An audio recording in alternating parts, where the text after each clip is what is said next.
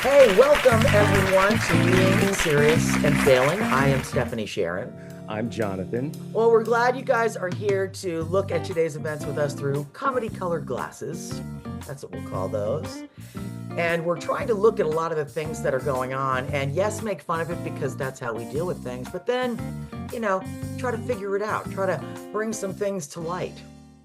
So how's your week been going? What you been up to? So for me, it's been a week full of work, shows, auditions, editing, the typical thing. But it's also been a little different because I'm starting to pay a little more attention Oh, to that's things good. that are going on in the world. And I'm very new to caring about it. Well, welcome. Thank you. Welcome to the Thank you. group. It's an interesting feeling. Uh, but It's I weird start at first. Yeah, and I start watching not just obviously debates and speeches and hearing about terrible assassination attempts. I don't care who you are. I don't think that's Yeah. right. But then I start also watching commentary and opinions of people who are not politicians. And I tell you, it's hard to really pin down who is 100% right, who's 100% wrong. Maybe that doesn't exist. Maybe there's a middle ground um, That's very on likely. some issues, but on other I issues, it's hope hard to so. believe. Well, just on other issues, it's hard to believe that anyone could argue it. I know. I know. It's enough to It make is you crazy. crazy. It's enough to make you insane. Yes. Because you're beating your head up against a brick wall because you just don't understand Right. how they can think that. You don't. I just don't, you know. People are crazy. I mean, is there anybody who believes that whether it's legal or not, that it's okay to abort a baby after they're born? Well, first of all, you can't. It's too late. They have been born. They're a person now. I Right, mean, right. But Jesus, when these things come out of their mouth, don't they ever go, God, that feels stupid? I can't say that. because I had that feeling all the time. Oh my God. Well, I reel it back in. But no, they think just it's out there now. I gotta push it. It's just crazy. I mean, That one's been around a while. That it one has been has. around a while. Yeah. I mean, Yes. and I'm not saying I know the solution. I'm just saying that seems like it requires a little more research. Yeah, it really does. Now, is I there anybody that you have run across as you are, looking at things a little differently? A lot of them, but Yeah. one of them, her name is Megan Kelly. She's a talk show host. She was really upset at the moderators of the debate. She was upset that it seemed like three against one. Kamala Harris, David Muir, and Lindsay Davis, I think. And Uh-huh. here is a few minutes of Megan Kelly uh, kind of going off the rails and calling Oh. people out. Those two moderators tried to sink Donald Trump tonight. The numerous fact checks on what he said and none on what she said. None. I don't remember a single fact check of anything she said, and she lied repeatedly. She just got away with it. In the moderator's eyes, that was Donald Trump's job to fact check her. That's correct. Except you didn't employ that same tactic when it came to Trump. And you accused him of lying even when it was your opinion that he lied. Here we go. When Trump tried to say that his comment that he lost 2020 by a whisker was him being sarcastic, David Muir actually injected saying, I didn't hear sarcasm. Who gives a shit what you heard? Who died and left you political analyst in chief? You're supposed to be the objective news anchor of World News Tonight. That's a comment you make to your significant other, David. Not on the debates. It didn't sound like that to me. Shut up. That is inappropriate. It's not for you to make that call. Leave it up to Kamala Harris. Leave it up to people like me who will play the soundbite and let the audience decide. But you were out of line, and they did it to him over and over and over again. So I mean, I noticed what she's talking about, though. I did see that there were some, if you want to call it opinions, um, put in there when he did say, didn't seem like sarcasm to me. He did say that. I'm not a news anchor, but it seemed okay to say that if what the journalist is saying is I saw the video and there was no sarcasm in there. Right. Maybe he could have worded it differently. I don't know. But Megyn Kelly's really, really upset about this. And it makes me think, should there be sort of an even matched moderator team on these debates? Should they have? Well, before we just believe what she's saying, which doesn't make any sense at all, let's look at why. Why would Trump be fact-checked more than Kamala Harris? Could it be? Could it be that he lied more than Kamala Harris? Yes. So they had to fact-check him more because he lied more. I suppose your reputation does precede you in something like that, right? He is not great at answering questions. You can ask him a question and he answers as if you have asked him a completely different question. That's politics. Yeah. You ask him what he wants for dinner, he tells you where the bathroom is. It's just, he doesn't hear anything correctly.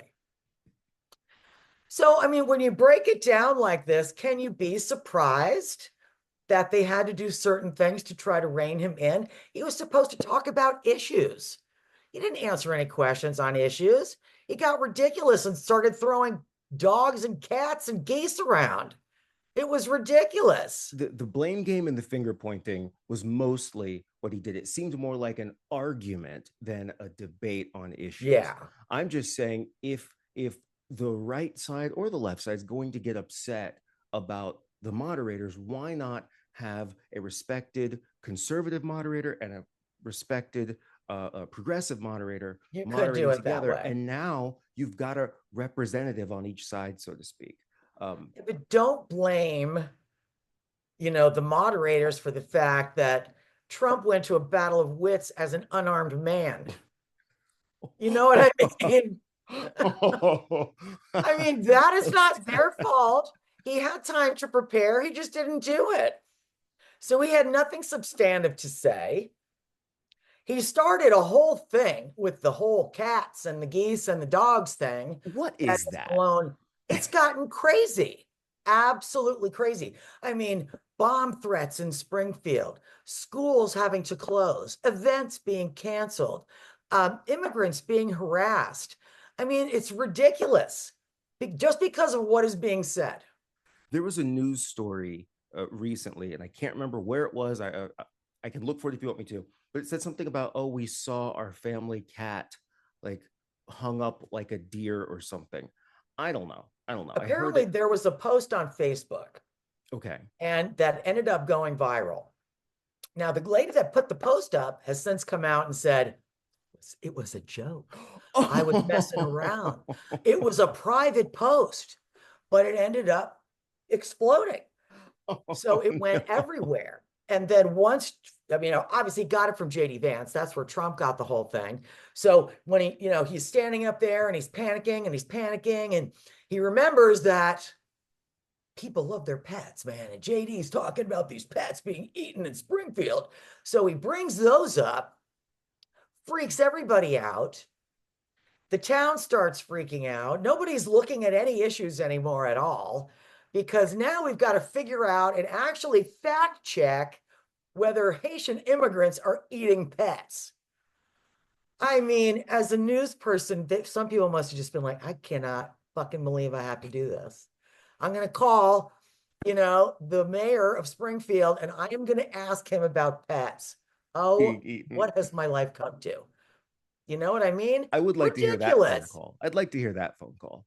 Well, and JD Vance now is so much as admitted that he manufactured stories so that he could bring attention to the plight of his constituents. So now he's a big fat liar. He's getting people in. I mean, it's just crazy, the division that has now happened in that town, because now he's got people thinking things that aren't even true, and he could care less. And then let's turn it around, because Trump now gets shot over the weekend. in the middle of all of this cat and dog geese frenzy, right? Did he actually get hit? He did not. He got He shot did at. not. The guy was not even, he was like 300 to 500 yards away, I guess. He was in the bushes of the golf course. So Trump never saw him. He never would he have even had a clear shot? Nothing like that. And once the Secret Service saw the barrel coming out of the bushes, they shots were fired. The guy took off and they've caught him. But JD Vance should be ashamed of himself for starting such a rumor as that. How do we fix it? Other than call his mother. Oh, well, actually, I have the phone number. Jimmy Kimmel, I think it was last week or so, okay. put the phone number for JD Vance's Senate office on the screen towards the end of his show. Oh. Let's call it. Oh. Let's call it up. Okay. I'm going to pretend to be his mother. All right, people, here we go. 202. Oh my God. 224 33. Oh my God, I can't read my writing. 53. Steph is calling JD Vance's office right now. Thank you for calling the Washington, D.C. office of Senator Vance. Currently, all of our staff are assisting other callers. So please leave a message, including your name and contact information. Thank you so much. Record your message at the tone. When you are finished, hang up or press pound for more options. JD, sweetie, it's your mother. And get your hands out of your pants and pick up the phone. Oh, now listen. I can't go to a damn senior lunch without people asking me what I'm going to eat. What in the hell are you doing? Telling stories about people's cats and dogs being eaten, lying about people stealing geese, and you got your big stupid friend helping you out. I hear all kinds of bad things are happening in Springfield because of your lies. Oh, to win a race? Your mama taught you better than that. Oh, I haven't been this upset since the Christmas I caught you humping my couch. Oh, we're going to talk about this when I come over to watch the kids while y'all are at work. You know, so you could save money on some childcare. Rotten son of a bitch, son. God damn it.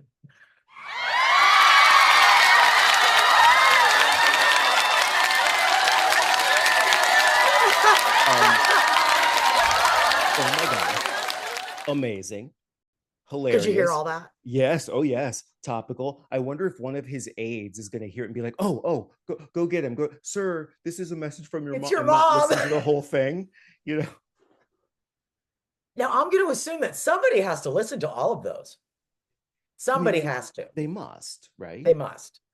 I mean, it's a lower level person, I'm sure, but somebody has to listen. So I hope they have a good day that day. I hope I give them a laugh.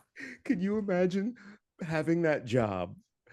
You know, maybe. Like, oh God, I got to come to work and do this again. Well, Jimmy Kimmel announces the number, right? Let's say he does that I'm guessing on a Thursday. So Wednesday morning, you show up to work and it's like, you have 12 new voice messages. Then you come to work Thursday morning, you have 22 new voice messages. Then you come to work Friday morning, you have 4,725 new messages, all marked urgent. First message. Oh. I hope that's the way that plays out. That really makes me laugh. And it's like probably all people doing exactly what you just did. How can you not? I mean, Gary and I were like, oh my God, write that down. Pause the video.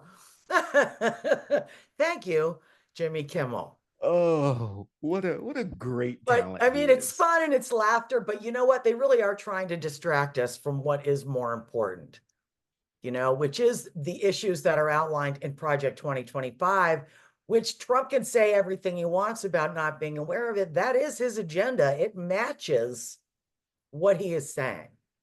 So in an effort to help us learn about Project 2025, you know, we like to simplify things here. Mostly for me.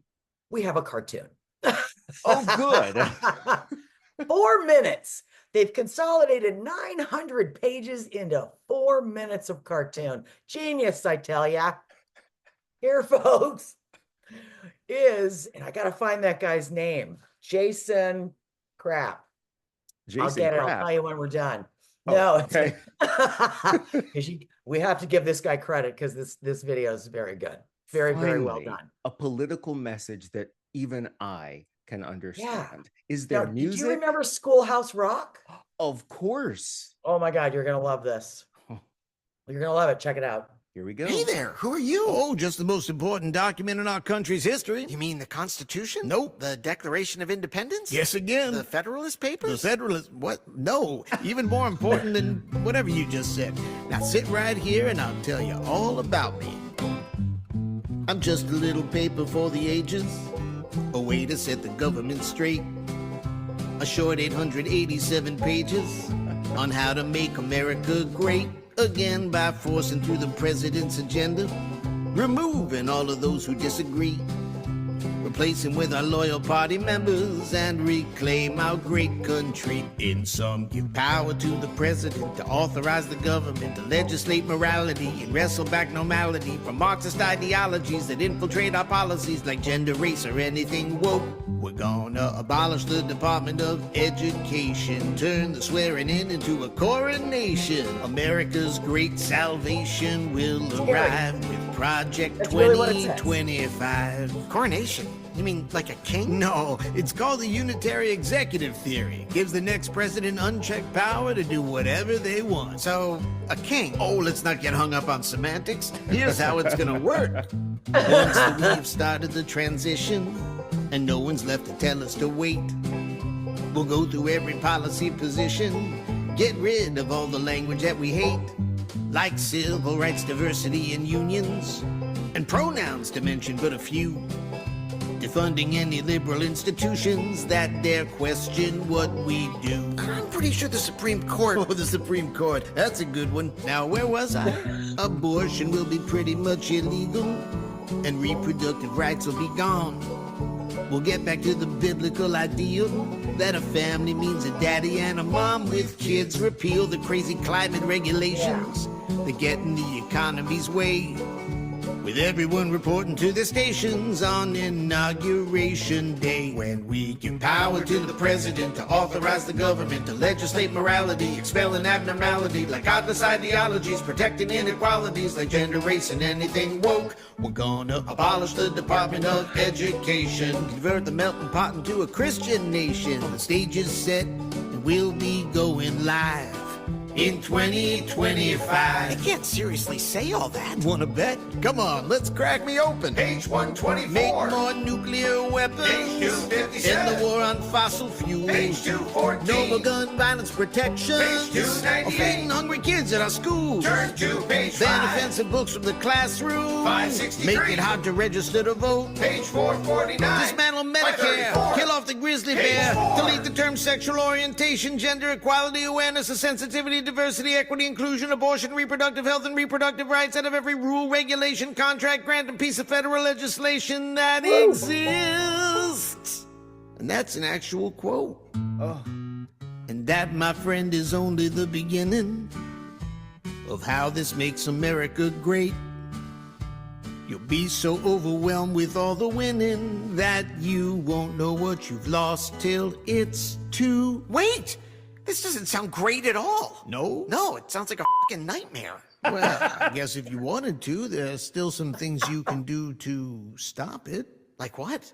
Well, if you vote to save democracy and stand against autocracy and tell your friends and family, enough with this insanity.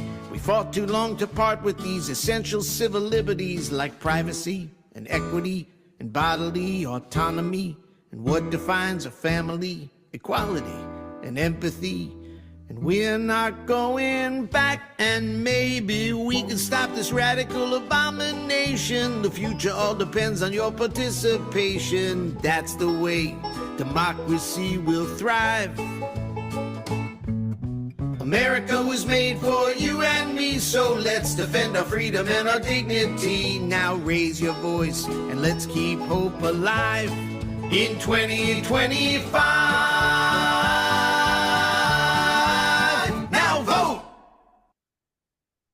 Wow.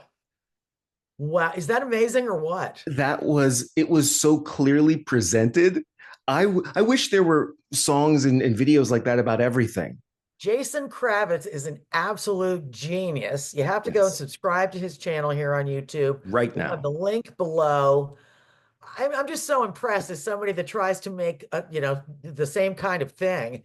Wow. I And just do you think he did the voice and the animation and he wrote, did he do all of it himself? I like to think that he did. Me too, right? Don't you kind of like it's Because that is a big wow. yeah, some really cool X-Men like superhero power. Yeah, Cyclops shoots beams out of his eyes. Jason Kravitz creates amazing parody songs. definitely. We're very impressed, Jason. Wow. I really Great, wish great job. he would create those about other things though. Like, here's how you change your oil. Like, give I'd me like one about Social Security, if you don't mind. or taxes or anything that I need to learn or get better at. I'll watch a Schoolhouse Rock song to Well, inform they me. do have them. I wonder how much it's changed. How much The sun what keeps has coming on changed? me. Is that what that I don't know what the hell's going on. Am I dying? Jonathan, I'm going to heaven. don't go towards the light. Oh my God. If You there's a have to heaven. subscribe before I go. Please, everyone. If there's a heaven, as you're floating up there, I want you to look down and be like, see? Oh my God. Oh my God. But seriously, everyone, please do subscribe. We're shooting for our first 1,000 subscribers. That's our first big goal, and we want you to be one of those in the beginning club. I'd be happy with 100 I know that will be exciting. or one that isn't you and isn't me. My husband or my other Okay, friend. fair. Right. Okay. Like some people that we don't know. That would be refreshing. So we're shooting for 12. What's that? We're shooting for 12. Gary, shut up. Oh, Gary's talking. So I can't hear Gary. I can't hear Gary. You've got the noise suppression thing on. We can't hear Gary. I know. It just looks like you're going, what? And Every then you time look I away. say something, he starts talking. Yeah, but And we so don't it's very distracting for me. but we don't hear it. So it just shows you like this, going, what? And then you turn and you're like, stop talking. It's like, well, who's she It's talking God. to? He's rushing me. To get you to hurry up and walk towards the It's construction Gabriel, light. the angel Gabriel. It was essentially saying, quit your yakking and come on up. Oh My God, man. issue. That's so funny. All right. Well, I hope to see you guys next time. Nailed it.